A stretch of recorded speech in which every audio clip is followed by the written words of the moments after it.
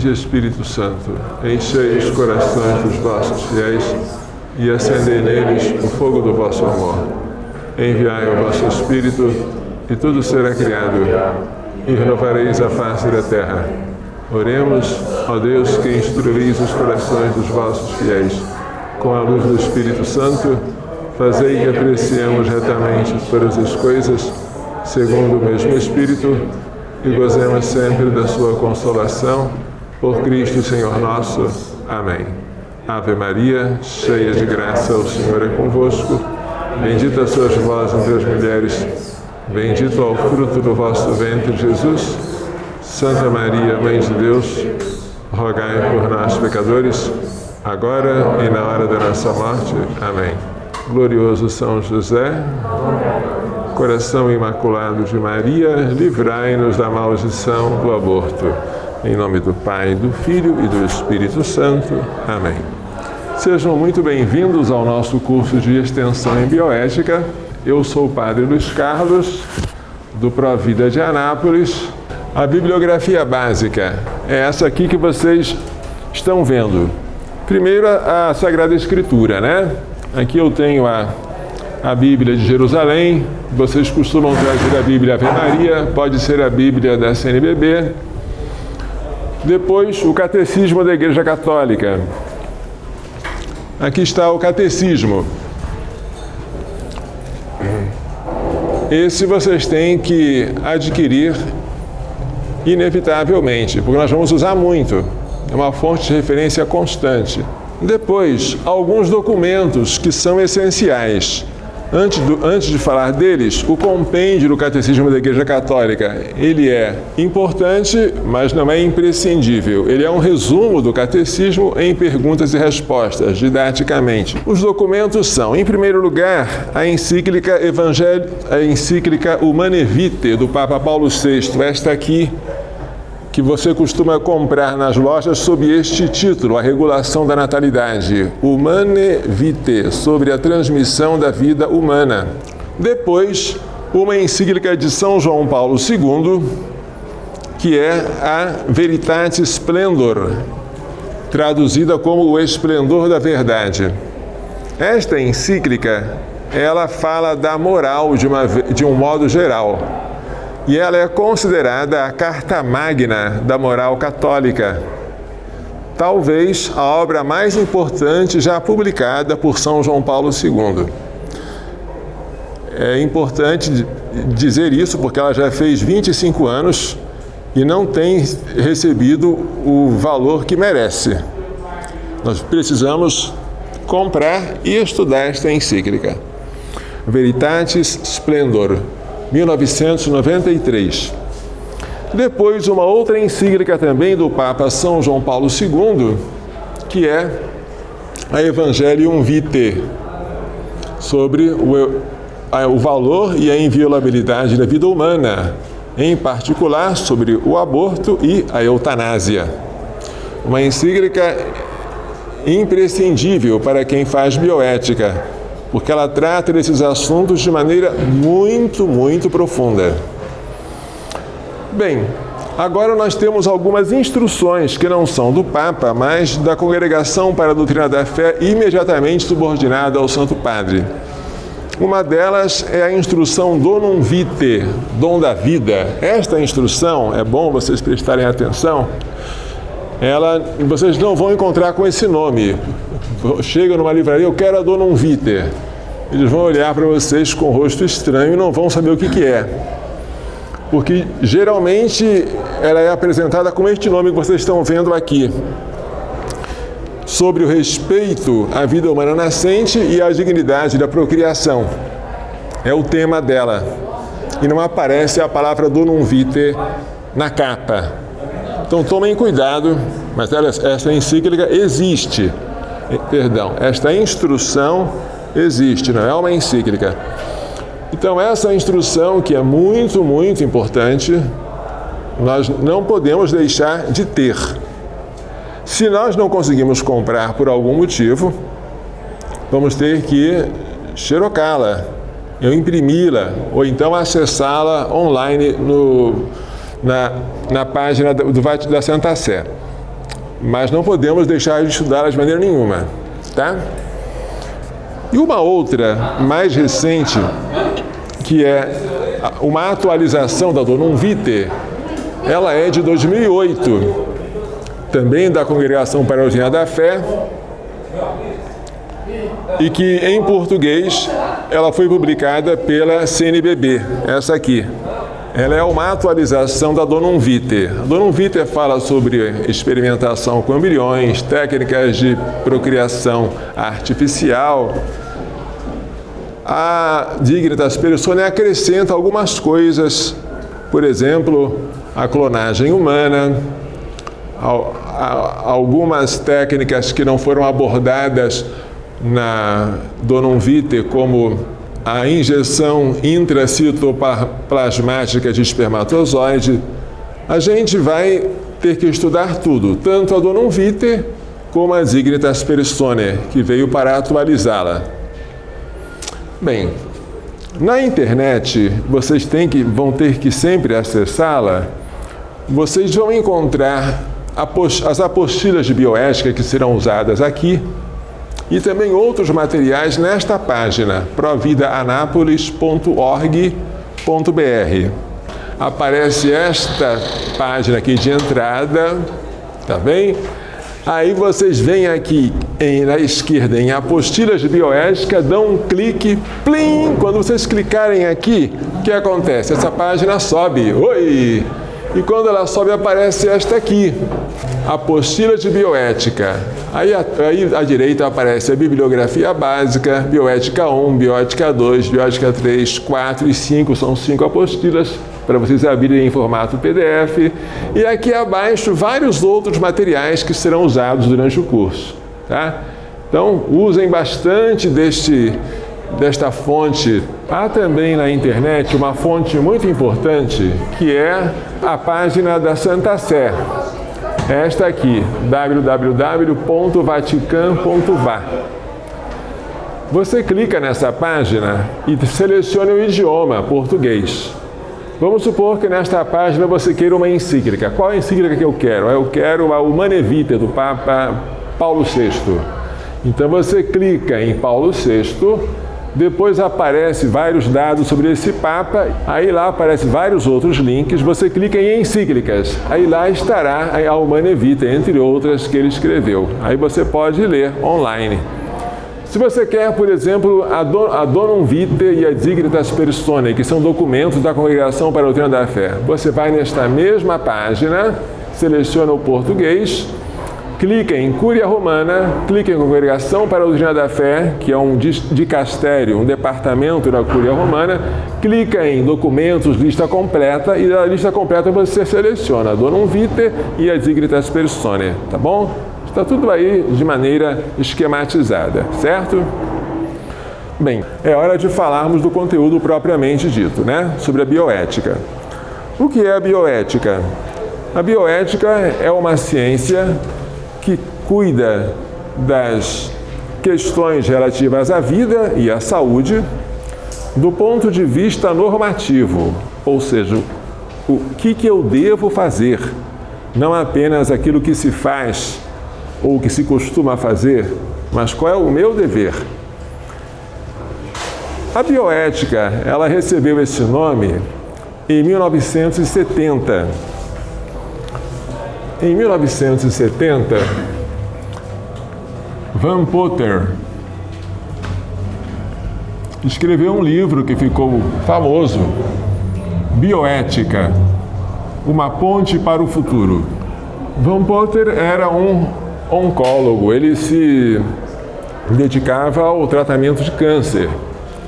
E este ensaio, Bioética, uma ponte para o futuro, ele era o desejo dele de que nós criássemos uma disciplina que fosse uma sabedoria prática.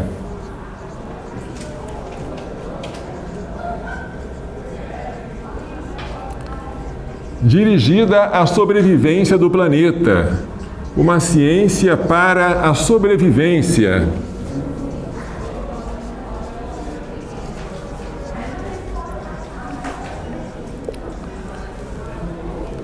E a regra da moralidade dele é bastante simples ou simplista. É o favorecimento da comunidade biótica. O que é bom? É aquilo que favorece a biosfera, os seres vivos no planeta. Aquilo que não favorece é mal. É um critério tão vago que ele diz tudo e nada ao mesmo tempo. Esse autor, por exemplo, era favorável ao aborto. E ele não via no aborto uma ameaça ao principal membro da comunidade biótica, que é o homem. Então, a bioética, tal como foi criada por Van Potter no ano 1970, que é considerado por muitos o ano do nascimento da bioética, na verdade, ela seria melhor chamada de um ecologismo.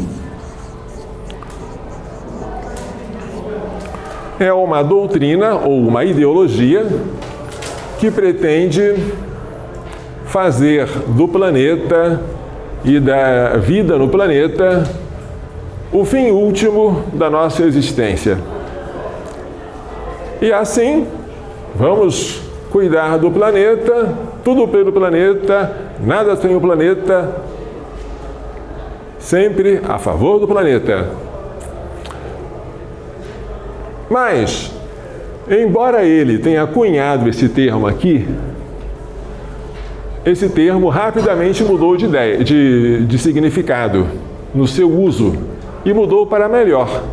Os que usaram a palavra bioética não usaram mais no significado de Van Potter. Usaram no significado de uma ética médica.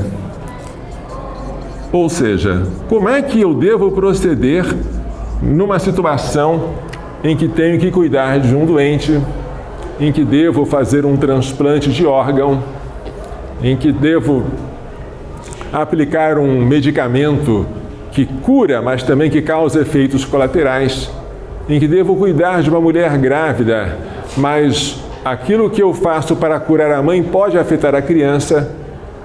Então, a bioética passou a ter este sentido aqui.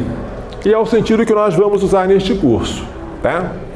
Mas por que ela é considerada uma ciência nova? As questões éticas são novas, são tão antigas quanto a humanidade. Mas o que ela tem de novo? O que tem de novo são os problemas que são novos. Na antiguidade não havia transplantes. É verdade que o profeta Ezequiel, no capítulo 36, fala que Deus vai arrancar do peito do seu povo o coração de pedra e colocar nele um coração de carne. Mas fora isso, o transplante de coração ocorreu no final dos anos 60. E quando houve transplante de coração, a questão é, isto é ético ou é antiético? Você pode pegar o coração de uma pessoa e transplantar para outra? Ah, padre, pode, se a outra já estiver morta. Mas como é que você tira o coração de uma pessoa morta? Morta é o quê? É aquela que já parou de respirar e de ter o coração batendo? Ou será que existe um outro tipo de critério de morte, que seria a cessação total e irreversível da atividade encefálica? Pode-se criar um novo critério de certificação de morte? Aí surge uma nova questão bioética. É possível ou não é? Quando você enfrenta um problema novo, como é os pacientes que ficam durante muito tempo sob máquinas de respiração artificial. Isso não existia antigamente. Como é que nós podemos fazer com eles? É lícito você desligar os aparelhos? É lícito você aplicar um veneno na veia para que ele morra tranquilamente? Essas questõezinhas a bioética trata. E agora, como na modernidade houve a manipulação de embriões humanos, a procriação in vitro Aí, o encontro de dois gametas fora do organismo materno, vem a pergunta: isso é ético ou é antiético?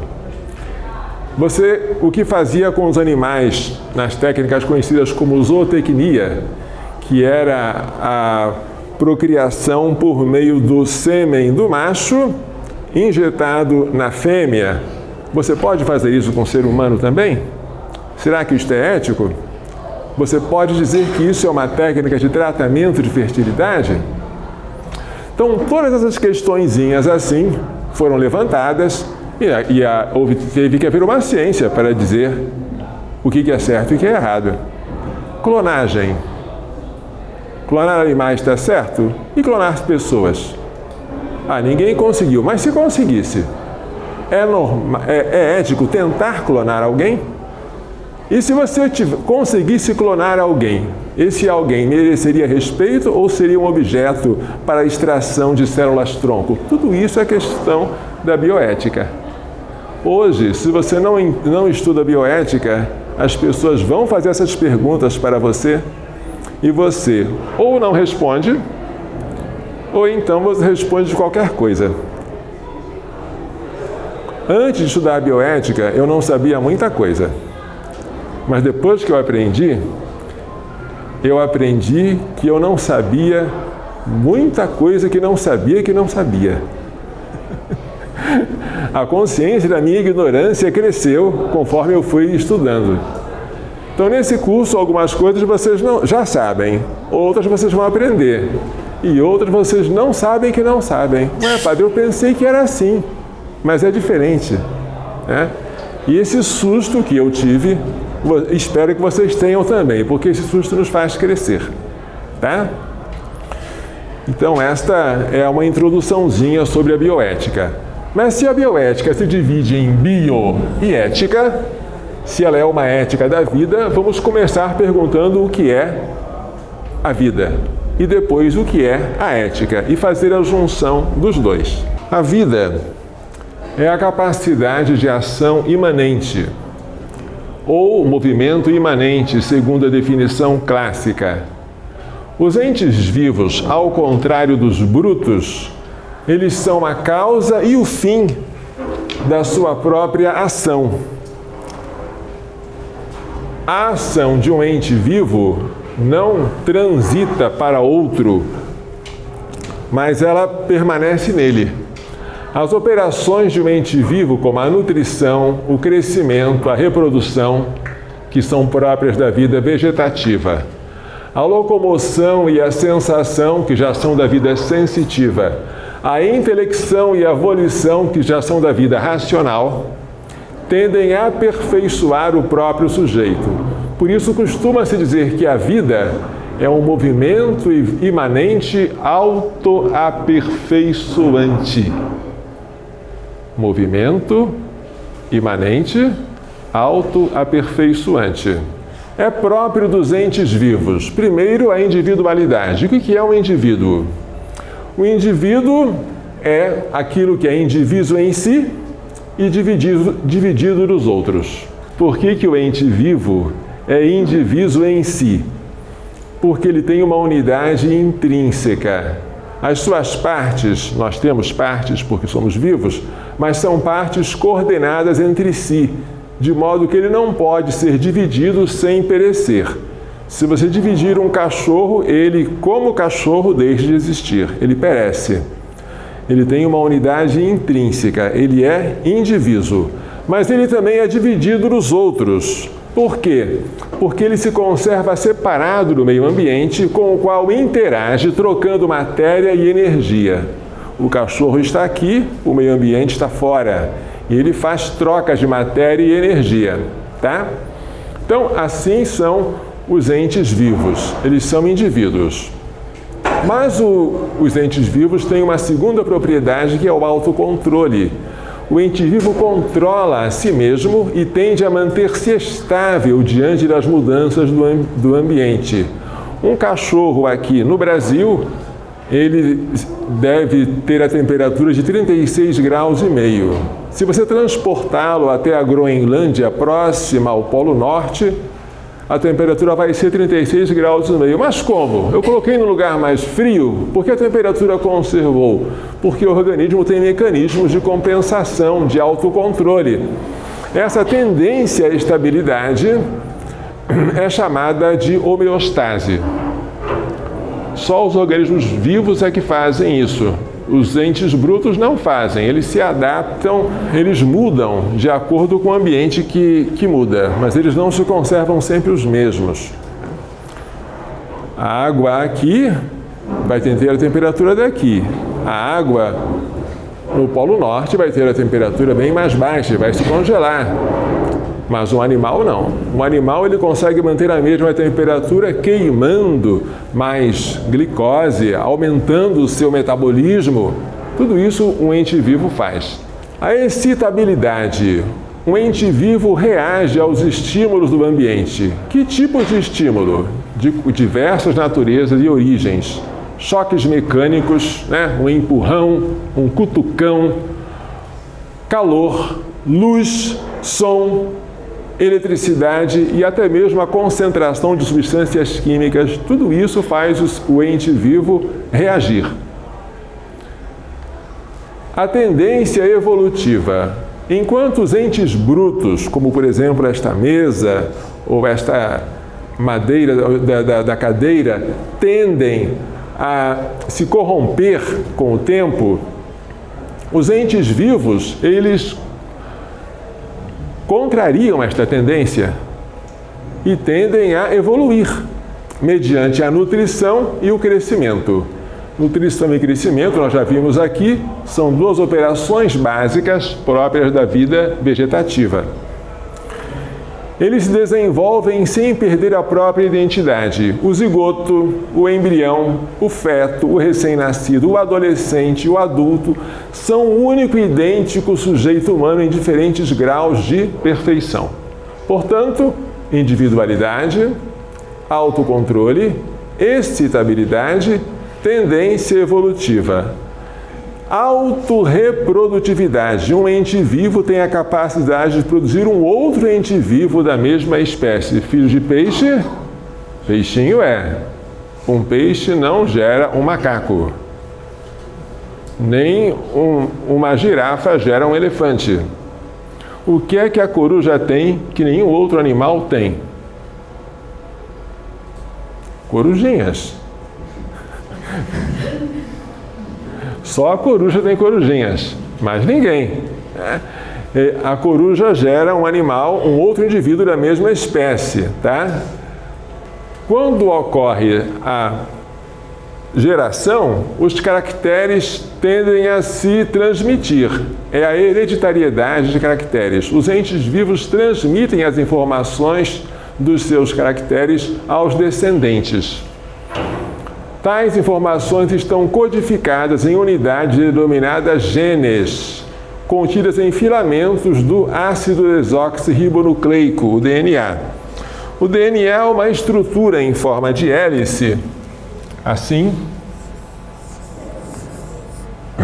Esta estrutura tem a propriedade de poder se duplicar, então nós formamos uma hélice dupla.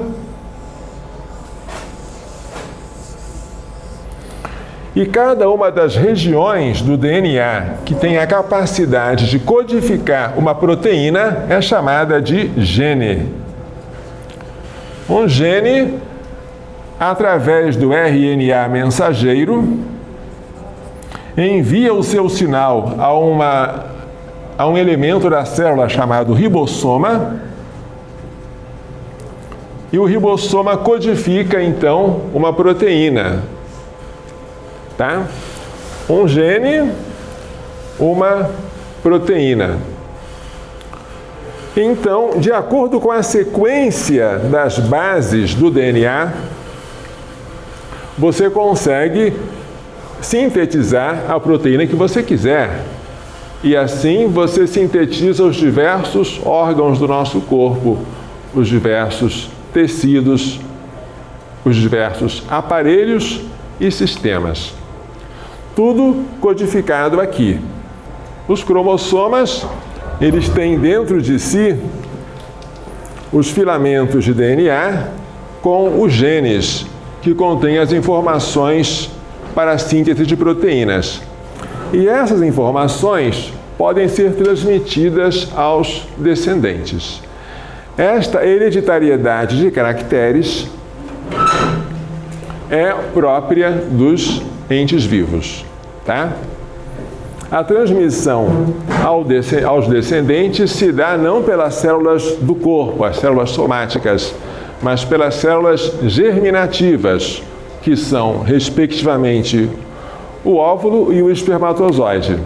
E a origem de tais células não se dá pela divisão comum, conhecida como mitose, mas por uma divisão especial chamada meiose. Bem, vamos agora à sétima característica dos seres vivos, que é o metabolismo. Metabolismo é o conjunto de reações químicas e físicas que ocorrem no interior do organismo e sob o controle do organismo. O metabolismo divide-se em duas fases, o anabolismo e o catabolismo. Nós poderíamos dividir assim, portanto. Metabolismo tem a sua fase construtiva, que é o anabolismo, e a sua fase destrutiva, que é o catabolismo.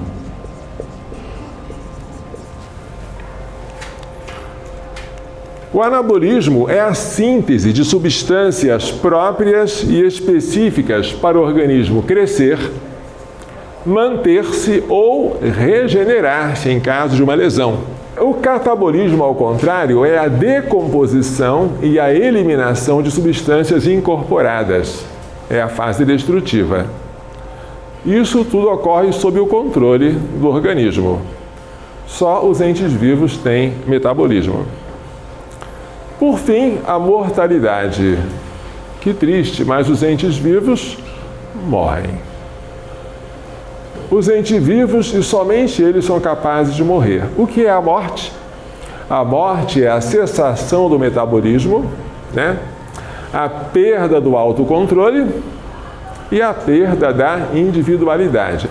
Depois da morte, o ente vivo como tal desaparece, porque ele deixa de ser um indivíduo. Bem, mas para que haja vida, é necessário um princípio de vida. Esse princípio de vida é conhecido pelo nome de alma. É um princípio que unifica e integra o organismo e dá vida. A alma é a causa do corpo em 3 sentidos. A causa formal, porque ela é que dá forma ao corpo. Causa eficiente, porque ela move o corpo. E causa final, porque o corpo tem a alma por fim. Mas vamos adiante. Há 3 níveis de vida que correspondem a 3 espécies de alma. A vida vegetativa, cuja atividade restringe-se à nutrição, ao crescimento e à reprodução, é própria dos vegetais. A vida sensitiva, que acrescenta essas 3 aqui, atividades, a sensibilidade e a locomoção, é própria dos animais. Os animais também se nutrem, também crescem e também se reproduzem, mas além disso, eles se locomovem e sentem. A vida intelectiva acrescenta a inteligência e a vontade às atividades vegetativas e sensitivas. É exclusiva da espécie humana. Então, ela tem uma alma intelectiva ou racional. E esta alma, prestem atenção, ao contrário da alma dos vegetais e da alma dos animais, ela é intrinsecamente independente da matéria. E por isso, ela sobrevive após a dissolução da matéria.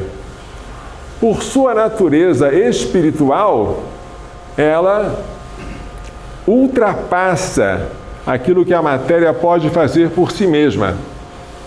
Mas isso tem que ser demonstrado. E é uma demonstração filosófica. que concorda com a revelação teológica, tá bom? No homem, o exercício da inteligência e da vontade requer a presença de uma alma de natureza espiritual, uma vez que tais operações ultrapassam o nível da matéria. Pela inteligência intus legere, ler dentro, o homem formula conceitos universais a partir de dados singulares trazidos pelos sentidos. Ao ver João, Pedro e José, eu entendo homem. Ao ver um carvalho, um pinheiro e um eucalipto, eu entendo árvore. Eu entendo. De elementos singulares eu abstraio algo universal. É fácil demonstrar que a inteligência artificial não existe. De que meio dispõe um programador para fazer com que um computador reconheça que uma palavra de um texto é um adjetivo? Só há um jeito: criar um conjunto de adjetivos e informar ao computador. Toda vez que aparecer no texto uma palavra daquele conjunto, ele vai reconhecer, isto é um adjetivo. E se aparecer uma outra que você não ensinou para ele, ele não sabe e não é capaz de adivinhar, porque ele não entende o que é um adjetivo. Ele tem ali a coleção, mas ele não sabe a essência do que ele está guardando. É um conjunto qualquer. Você coloca vários adjetivos, vamos a uma lista: bonito, assim não. Bonito, alto, agradável, grande, rápido, malvado, feroz. Se você explica isso para uma criança e depois apresenta uma outra palavra diferente dessas aqui, por exemplo, taciturno. O que é taciturno? Taciturno é uma pessoa assim meio calada. A criança que não sabia o que era taciturno entende que isso é um adjetivo. Porque a criança é inteligente, ela lê dentro, mas isso transcende a capacidade da pura matéria. Bem, há pessoas que não entendem isso que eu falei. A senhora Karina, quando eu falei pessoas, o que foi que a senhora entendeu? A senhora entendeu uma pessoa branca ou preta? Um homem ou uma mulher? Uma pessoa grande ou pequena? A senhora imaginou uma pessoa em geral? A gente só consegue entender pessoa em geral porque a gente não é só matéria. A gente é mais do que isso. A gente é também espírito. Porque se você fosse só matéria, você não passaria das singularidades. Quando você, a partir de elementos singulares, você abstrai o universal, um conceito universal, você penetra na essência da coisa. Isso só o espírito é capaz de fazer. E isto é um privilégio da espécie humana. Os macacos, que são tão sabidos, mas não são inteligentes, não fazem isso. Aqui está um exemplo tirado da psicologia experimental.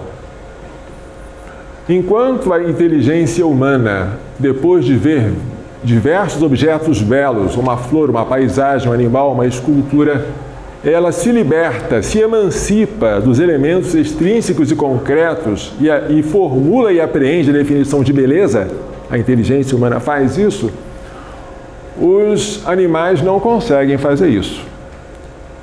Não conseguem fazer uma noção universal de justiça, de injustiça, de bondade.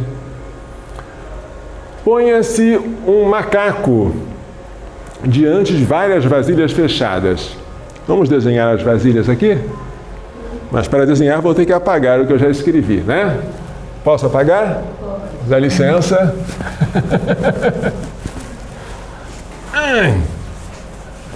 Vamos desenhar um macaco diante de várias vasilhas fechadas. Vamos colocar aqui uma vasilha, uma outra vasilha, uma outra vasilha, uma outra vasilha, uma outra vasilha.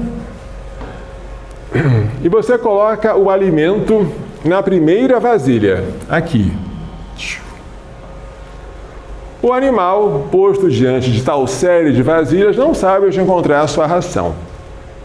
Então o operador abre a primeira vasilha e mostra: senhor macaco, o seu alimento está aqui, né? Aí o animal se serve do alimento. No segundo dia, o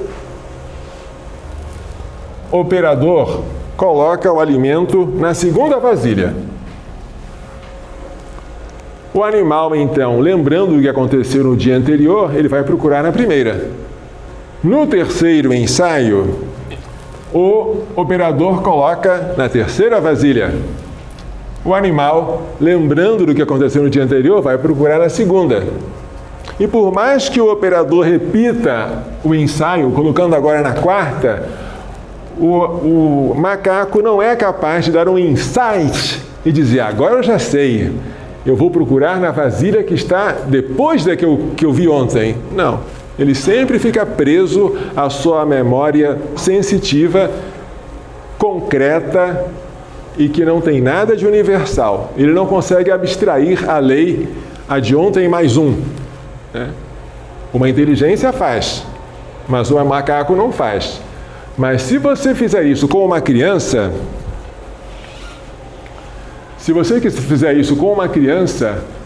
depois de 4 ou 5 experiências, a criança já percebe o que ela tem que fazer. Eu tenho que sempre pegar a vasilha do dia anterior, mais uma. É a seguinte: destes ensaios se conclui que o animal, por mais semelhante que seja ao homem, jamais se desembaraça da percepção do concreto, material. Ele percebe o primeiro, o segundo, o terceiro objetos postos à sua frente, mas é incapaz de perceber a proporção que há entre esses objetos. Ora, porque o homem não apenas conhece o objeto, mas conhece que conhece, ou seja, ele conhece o próprio conhecimento, o homem é não apenas ciente, mas é consciente. Olha que coisa bonita. Aqui estou eu. Aqui está o objeto que eu conheço. Entre mim e o objeto, evidentemente, há o conhecimento, tá? Eu conheço o objeto. Mas não apenas eu conheço o objeto, eu conheço o ato de conhecer. Olha que coisa bonita. Eu conheço o que eu conheço. Ora, conhecer que você está conhecendo, conhecer o próprio ato de conhecer, e depois eu conheço o que quem está conhecendo sou eu. Um sujeito cognoscente e consciente.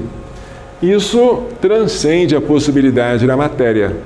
A matéria não age sobre si própria. Não age. Um corpo não age sobre si mesmo. Você pode fazer uma mão bater na outra, uma perna na outra, mas a mão não bate nela própria. Só uma parte em outra parte. Agora, quando você age sobre si mesmo, aquilo que você está agindo não é material. Se você consegue conhecer o ato de conhecer, e se você consegue conhecer a si mesmo, é porque o seu conhecimento não é material, é um conhecimento imaterial. É porque você mesmo tem um princípio que transcende a matéria, que é um princípio espiritual, certo? É porque você tem uma alma diferente da alma vegetativa e sensitiva, que são intrinsecamente dependentes da matéria, mas você tem uma alma que não depende da matéria para existir, embora possa depender da matéria para operar. Ora, além de você ter uma autoconsciência, um conhecimento de si que os animais não têm, você tem também a faculdade de perseguir o objeto conhecido por meio da vontade. A vontade é a faculdade de perseguir o objeto conhecido pela razão. Mas a vontade é livre. Ela pode escolher um entre diversos bens que lhe são propostos. A liberdade e a autodeterminação fazem com que o homem seja pai dos seus atos e que ele responda por eles. E esses atos são chamados atos humanos, que é o objeto da ética e também da bioética. Vamos falar muito sobre eles, porque é importante saber quando um ato é humano, porque só os atos humanos é que têm moralidade. A presença de uma alma espiritual irredutível à matéria, tá? dá ao homem uma dignidade especial. O homem transcende todos os entes criados, minerais, vegetais e animais irracionais. Ele tem um corpo, mas é mais do que um corpo. Ele está sujeito à morte, mas sua alma subsiste após a desintegração da matéria. A alma racional só depende da matéria extrinsecamente. Ela depende para abstrair a essência dos entes materiais. O intelecto, que é uma faculdade da nossa alma, precisa de uma imagem ou fantasma, que é apresentada pela imaginação. A imaginação é corpórea, a imaginação é um dos sentidos internos, que tem como sede o nosso cérebro. A imaginação oferece ao intelecto esses dados, né? Dados singulares, materiais, e o intelecto, a partir desses dados, abstrai e formula um conceito universal, uma ideia, cujo conteúdo é a essência daquilo que você aprendeu, ou algo de essencial. O conhecimento intelectual penetra na essência. E o que é o fantasma? O que é essa imagem? Ela é, para o intelecto, aquilo que a cor é para a vista. Ela é um objeto. Num lugar escuro, a sua vista existe? Existe, mas ela fica incapaz de operar, por falta do objeto, não falta luz. Mas ela existe. Só você colocar a luz, ela passa a operar. Assim também a alma, e com ela o intelecto, que é uma faculdade da alma. Sem o fantasma, sem a imagem que lhe é fornecida pela imaginação, ela não consegue abstrair, não consegue operar. Mas por falta do objeto. Existe, mas fica inoperante. Então a alma depende da matéria apenas extrinsecamente para operar, não para existir, tá? Isso é muito importante, tá certo? A intelecção em si mesma, é uma operação que não se serve de nenhum órgão. É bom saber disso. Você não pode dizer que a inteligência está dentro do cérebro. Não. Você não tem um órgão para localizar a sua vontade. A vontade está no coração. Não é. Inteligência e vontade estão na alma. E a alma não tem espaço, não tem quantidade. Não, a alma está toda no corpo e está toda em cada parte do corpo. A intelecção é intrinsecamente independente da matéria. Ora, se o ato é imaterial, a faculdade que produz esse ato, o intelecto, também é imaterial. E a alma que tem esta faculdade, ela também tem que ser imaterial. Por ser imaterial, segue-se que ela não é produzida pela matéria. A alma dos filhos não vem a partir dos pais, mas ela é criada por Deus no momento da concepção. Muito importante. Segundo, esta alma, após a morte, permanece. Ela é imortal. Ela tem origem por criação direta de Deus e ela subsiste após a dissolução do corpo. Certo? Isso são verdades filosóficas, mas que estão de acordo com os dados da teologia.